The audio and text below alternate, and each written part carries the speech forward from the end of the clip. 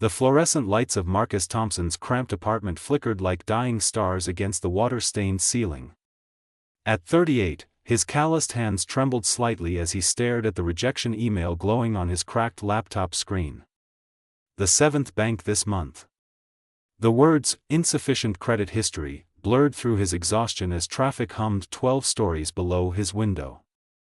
His nephew Jake's medical bills scattered across the kitchen table like fallen leaves, each one a reminder of promises he couldn't keep. The boy needed surgery, and Marcus was running out of options. In desperation, he typed "emergency personal loans" into his browser, not knowing that clicking on Hartwell Financial Services would change everything he thought he knew about family, forgiveness, and second chances. Marcus Thompson had the weathered hands of a man who'd worked construction for 20 years, building other people's dreams while his own remained blueprints. His dark hair, now streaked with premature silver, caught the morning light streaming through his apartment's single window. He wore the same faded flannel shirt he'd had for 5 years, the fabric soft from countless washes. The apartment itself told his story: sparse furniture, a couch with a throw blanket hiding worn spots, and photographs of his nephew Jake covering the refrigerator like medals of honor. Jake, now 14, had been living with Marcus since his sister died in a car accident 3 years ago. The boy had his mother's bright eyes but carried the weight of medical complications that required specialized treatment. Marcus remembered tucking Jake into bed the night before, watching the teenager pretend he wasn't scared about the upcoming surgery consultation. "Uncle Marcus," Jake had whispered in the darkness, "what if we can't afford it?" Marcus had smoothed the boy's hair, his heart breaking at how young 14 suddenly seemed. "We'll figure it out, kiddo. We always do." But now, staring at another rejection, Marcus wondered if his optimism was just foolish pride. His phone buzzed, a text from Jake's doctor about rescheduling if they couldn't secure financing soon. The Hartwell Financial Services website looked professional enough: clean blue design, testimonials from satisfied customers, and promises of quick approval for emergency loans. Marcus filled out the application with the methodical care of someone who'd done this too many times before. Name, address, employment history, reason for loan request. He hesitated at the final question about family references, then typed "not applicable" with more force than necessary. Within an hour, his phone rang. The number showed a local area code, which surprised him. Most of these online lenders operated from call centers thousands of miles away. "Mr. Thompson? This is Sarah from Hartwell Financial Services. I'm calling about your loan application." The woman's voice carried a professional warmth that seemed genuine. Marcus straightened in his chair, hope flickering despite his recent disappointments. "Yes, thank you for calling back so quickly. I see you're requesting funds for medical expenses. That's always a priority for us. I do need to ask, you left the family reference section blank. Is there anyone who could serve as a character reference?" Marcus's jaw tightened. His family tree had been pruned down to just him and Jake years ago. "It's just me and my nephew. I'm his guardian." There was a pause on the other end, longer than seemed necessary for a routine call. When Jake emerged from the library an hour later, he found them planning a vegetable garden for the following spring. "Can we plant tomatoes?" Jake asked, settling onto the grass beside Marcus's chair. "Uncle Marcus makes the best spaghetti sauce." "Of course," Victoria said. "We'll need to start the seedlings in February." The casual assumption that they'd still be visiting in February settled over Marcus like a warm blanket. Jake's surgery was scheduled for a Tuesday in November. Marcus spent the night before pacing their small apartment, checking and rechecking the bag he'd packed for the hospital stay. His phone rang at 11 p.m. "I know you're awake," Victoria's voice came through, gentle but certain. "How did you know?" "Because I'm awake too. And I've been where you are, loving someone so much that the thought of losing them makes it hard to breathe." Marcus sank onto his couch, suddenly exhausted. "What if something goes wrong? What if I lose him too?" "Then you'll survive it," because that's what you do. You survive, and you take care of the people you love, and you keep building beautiful things even when the world tries to tear them down. There was a pause, filled with the sound of Marcus's ragged breathing. I'll be there tomorrow, Victoria continued. In the waiting room. You don't have to face this alone. Victoria, I know I don't have the right to insert myself into your life like this. I know I gave up any claim to being family a long time ago. But I'm asking anyway. Let me be there. Marcus closed his eyes, feeling something fundamental shift inside his chest. Okay, he whispered. Yeah. I'd like that. The next morning, Victoria arrived at the hospital carrying coffee and pastries from a bakery Marcus had never heard of. She wore simple clothes, slacks and a sweater, but she'd clearly dressed with care. Jake, groggy from pre-surgery medication, smiled when he saw her. You came, he said, his voice thick with drowsiness. Of course I came. Victoria smoothed his hair with a gesture so maternal it made Marcus's throat tight. I'll be right here when you wake up. 1 year later, the Hartwell Estates kitchen smelled like garlic and basil. Marcus stood at the massive stove, stirring sauce in a pot that cost more than his monthly rent, while Jake set the table with china that had probably been in Victoria's family for generations. The bread's almost ready, Victoria called from where she knelt by the oven, her designer jeans grass-stained from the morning's work in their now flourishing vegetable garden. It had taken months for Marcus to feel comfortable in this kitchen, in this house, in this life that seemed too good to be real. But Victoria had been patient, never pushing, always making space for his pride and his fears. Jake, now 15 and fully recovered, had grown 3 inches and developed an opinion about everything from literature to landscaping. He'd also started calling Victoria Aunt Vic, a nickname that made her eyes bright with unshed tears every time she heard it. Uncle Marcus, Jake said, carefully folding napkins the way Victoria had taught him, are you going to ask her or what? Marcus nearly dropped the wooden spoon he was holding. Ask her what? Marcus remained standing, every muscle in his body tense. So this is what, some kind of game? You want to humiliate me one more time? Sit down, Marcus. Please.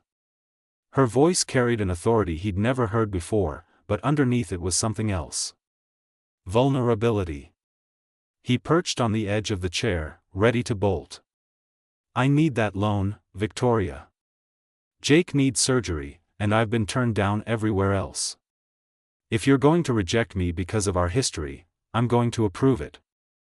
The words hung in the air between them like smoke. What? Victoria leaned forward, her perfect composure cracking slightly. I'm going to approve your loan. No interest. And I'm going to do more than that.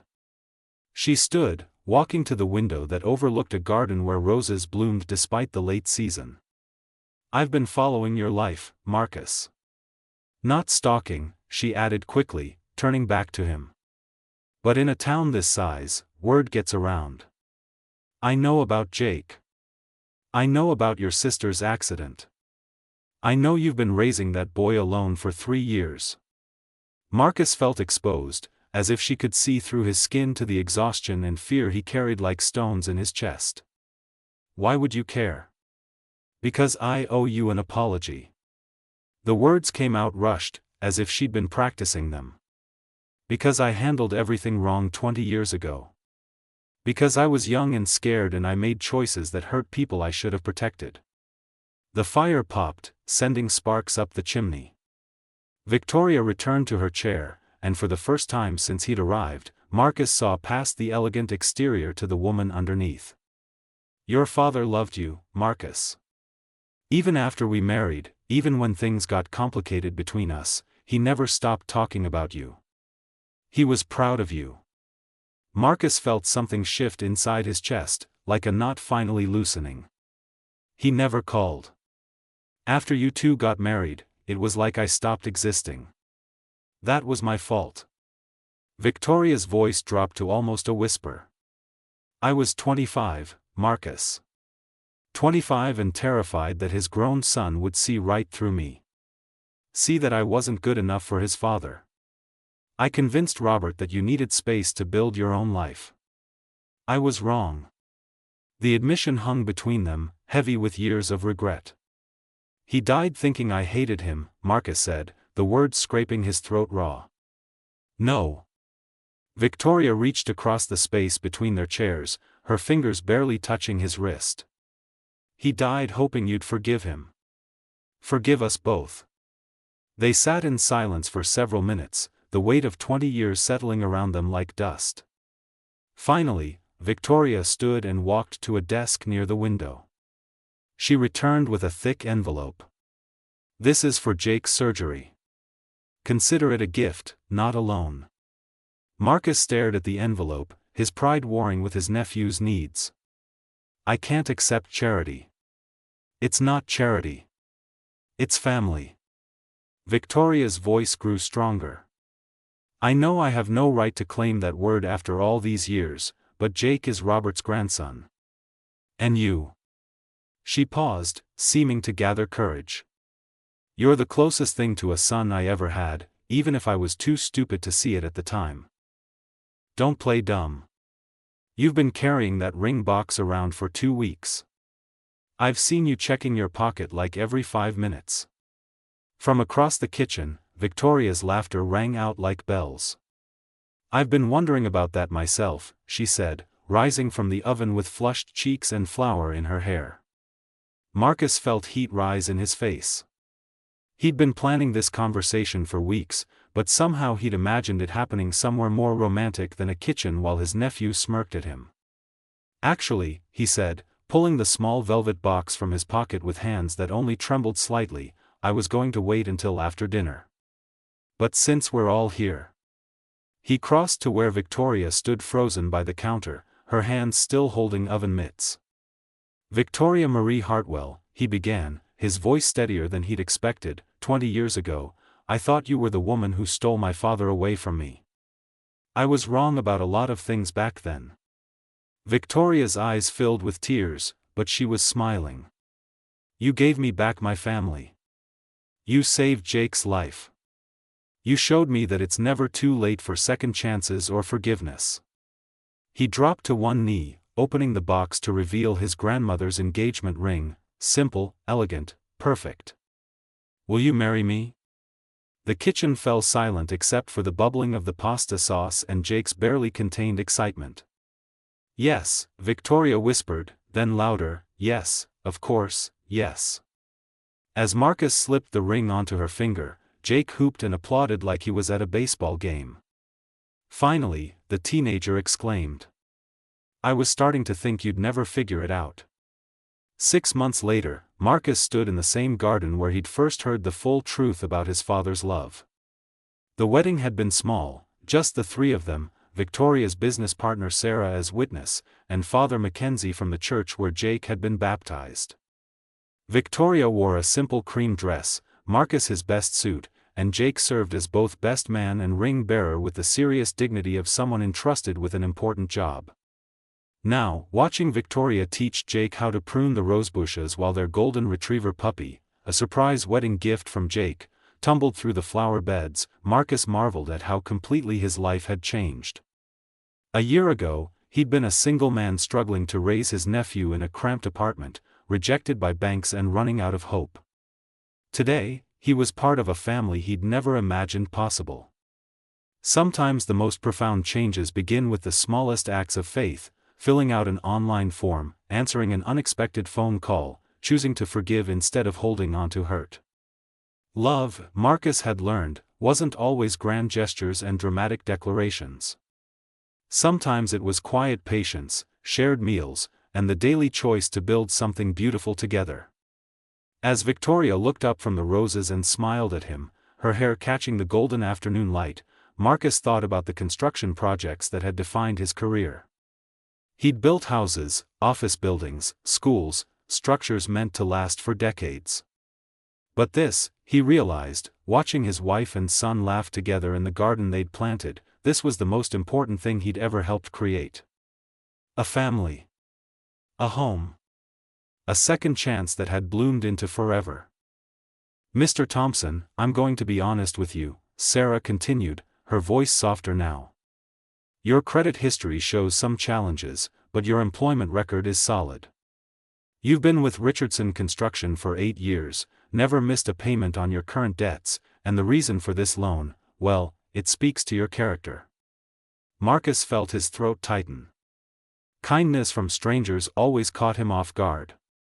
"I'm going to recommend approval for the full amount you requested, $15,000. The interest rate will be higher than we'd prefer, but given the circumstances, we're willing to work with you." The words hit Marcus like a physical force. $15,000 would cover Jake's surgery with money left over for recovery expenses. "Are you serious? Just like that?" "Just like that. However, there is one condition. The bank president wants to meet with you personally before finalizing the paperwork. It's unusual, I know, but she likes to put faces to names for our larger loans." Marcus would have agreed to meet with anyone at that moment. "Of course. When and where?" "Tomorrow at 2 p.m. The address is 1247 Oakwood Drive.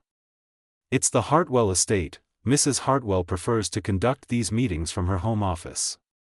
Something about the name Hartwell nagged at the edge of Marcus's memory, but desperation pushed the feeling aside. The Hartwell estate sprawled behind iron gates like something from a different century. Marcus's battered pickup truck looked absurdly out of place on the circular driveway lined with perfectly manicured hedges. The mansion itself was a study in understated elegance, cream-colored stone, tall windows that caught the afternoon light, and a front door that probably cost more than Marcus made in 6 months.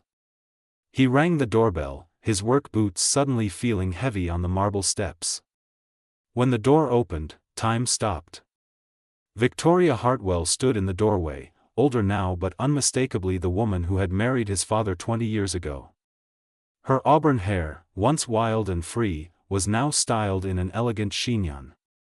She wore a navy blazer over cream silk, pearls at her throat, but her green eyes held the same intensity he remembered from their last confrontation.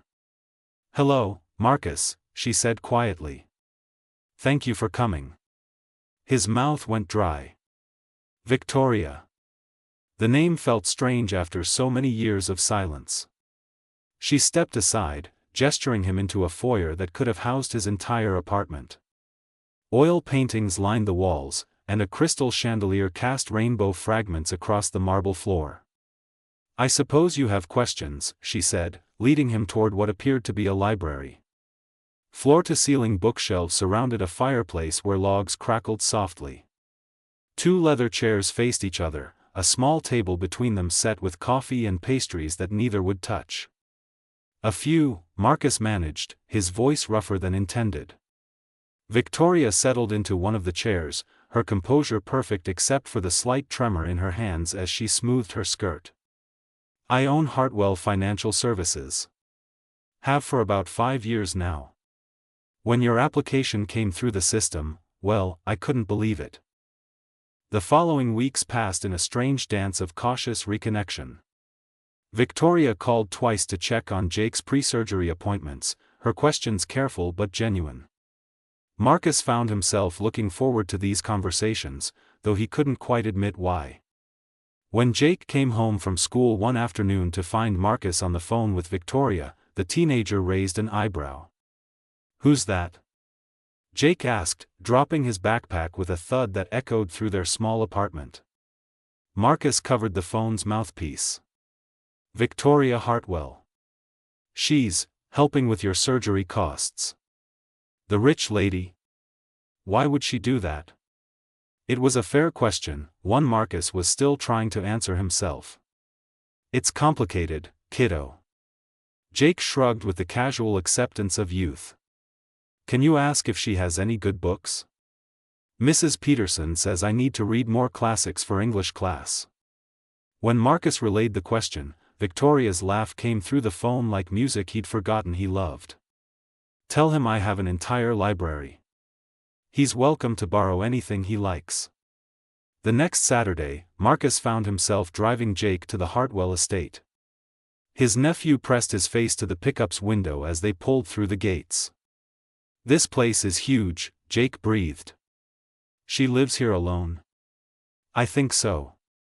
Victoria met them at the door wearing jeans and a cashmere sweater, her hair in a simple ponytail. She looked younger, more like the woman Marcus remembered from his father's stories. "You must be Jake," she said, extending her hand with the same formal courtesy she'd use with an adult. "I'm Victoria. I've heard wonderful things about you." Jake shook her hand solemnly. "Thank you for helping with my surgery, ma'am." "You're very welcome. Now, shall we raid my library?" Over the following months, Saturday visits became routine. Victoria would have lunch prepared, nothing fancy, she insisted, though the sandwiches were made with bread that probably cost more than Marcus spent on groceries in a week. Jake would disappear into the library while Marcus and Victoria talked, their conversations gradually shifting from careful politeness to something approaching genuine friendship. "Tell me about Robert," Marcus said one afternoon as they sat in Victoria's garden. Jake was inside, absorbed in a first-edition copy of To Kill a Mockingbird. Victoria's hands stilled on the teacup she'd been holding. "He was proud of you until the day he died. I have boxes of clippings, every mention of your construction company in the local paper, photos of buildings you'd worked on. He'd point them out to anyone who'd listen. I thought he'd forgotten about me." "Never." Victoria reached into her jacket pocket and pulled out a worn photograph. It showed a younger Marcus in his work clothes, grinning at the camera while standing in front of a half-built house. He carried this in his wallet. Marcus took the photo with trembling fingers. On the back, in his father's careful handwriting, "My son Marcus, master builder." The tears came without warning, 20 years of grief and anger finally finding release. Victoria didn't try to comfort him with words, just sat quietly while he cried for the relationship he'd thought was lost forever.